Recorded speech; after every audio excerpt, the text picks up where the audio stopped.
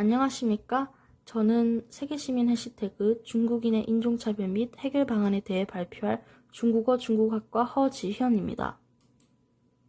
해시태그 목차는 다음과 같습니다. 먼저 중국인 유학생에 대한 편견과 오해입니다. 미국 듀크대 교수가 학생들에게 학교 안에서 중국어로 대화하지 말라는 메일을 보내 논란이 된 적이 있었습니다.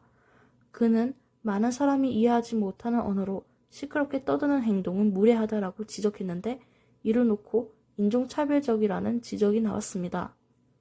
자신을 미국에서 유학 중인 중국인이라고 밝힌 외부의 한 사용자는 다른 인종의 학생들이 아닌 중국인이라고 특정해서 이메일을 보낸 것은 명백한 차별이라고 말했습니다. 이를 해결하기 위해서는 중국 유학생과 한국 사회가 서로의 문화적 배경을 이해하고 존중하는 단계까지 가려면 시간이 좀 걸리겠지만 한중 학생들이 서로에게 관용적인 태도를 갖추는 것이 필요하다고 했습니다. 두 번째로 중국계 미국인 인종차별 사례입니다. 미국 버스에서 한 백인 남성이 아시아계 여성을 향해 욕설을 내뱉고 달걀을 던지는 등 인종차별하는 일이 벌어졌는데 아시아계 여성 2명에게 멍청한 중국 계집애 등 욕설을 내뱉으며 위협을 가했습니다. 이후 피해 여성 중 한 명인 미셸 영이 이 현장을 동영상으로 촬영해 트위터 등 소셜미디어에 고발하였습니다. 이를 해결하기 위해서는 미국과 중국의 국가적 관계에 따라 미국인과 중국인에 대한 편견이 달라질 수 있습니다.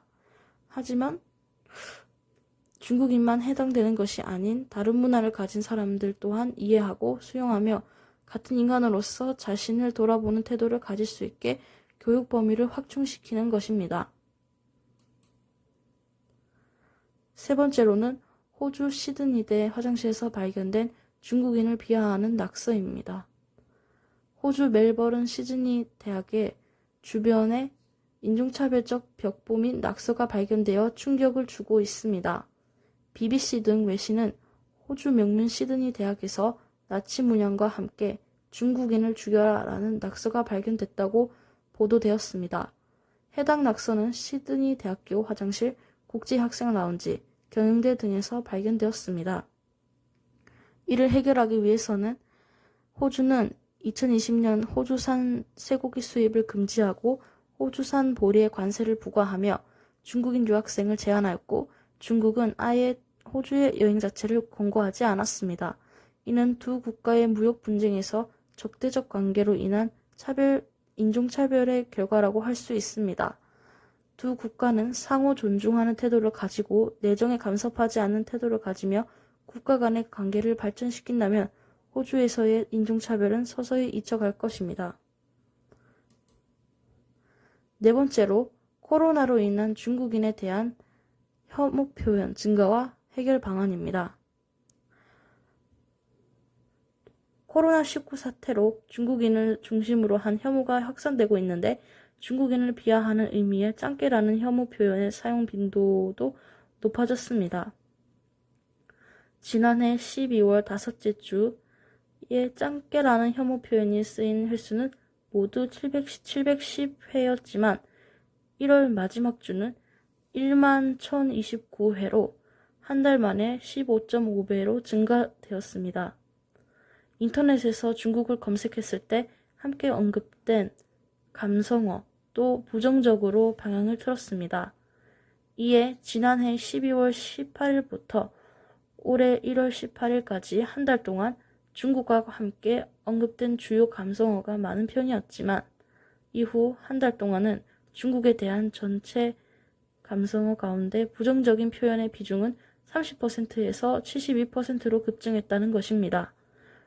중국인에 대한 혐오는 이질적인 것에 대한 혐오라기보다는 열등한 것에 대한 혐오라며 중국이 지금 경제적으로도 군사적으로도 대국이지만 중국인 개개인은 한국보다 못하고 미개하다는 생각을 많이 가지고 있다고 지적했습니다. 이를 해결하기 위해서는 코로나가 중국에서 발생함에 따라 중국뿐만이 아니라 다른 동양인을 차별하는 경우도 허다합니다. 소통의 기회를 넓혀야 도움이 되는데 서로를 이해할 수 있도록 문화 교류 등의 프로그램을 실시하며 갈등의 심화 요인에 대한 스트레스와 위기를 관리할 수 있는 제도적 기반을 마련하여야 합니다. 마지막으로 이 사진은 허버트 조지 웰스가 지은 우리의 진정한 국적은 인류입니다. 라는 뜻입니다. 즉, 인종이 다르더라도 서로 사랑하며 문화를 이해하는 문화 상대주의 관점에서 바라봐야 함을 깨닫게 되었습니다. 감사합니다.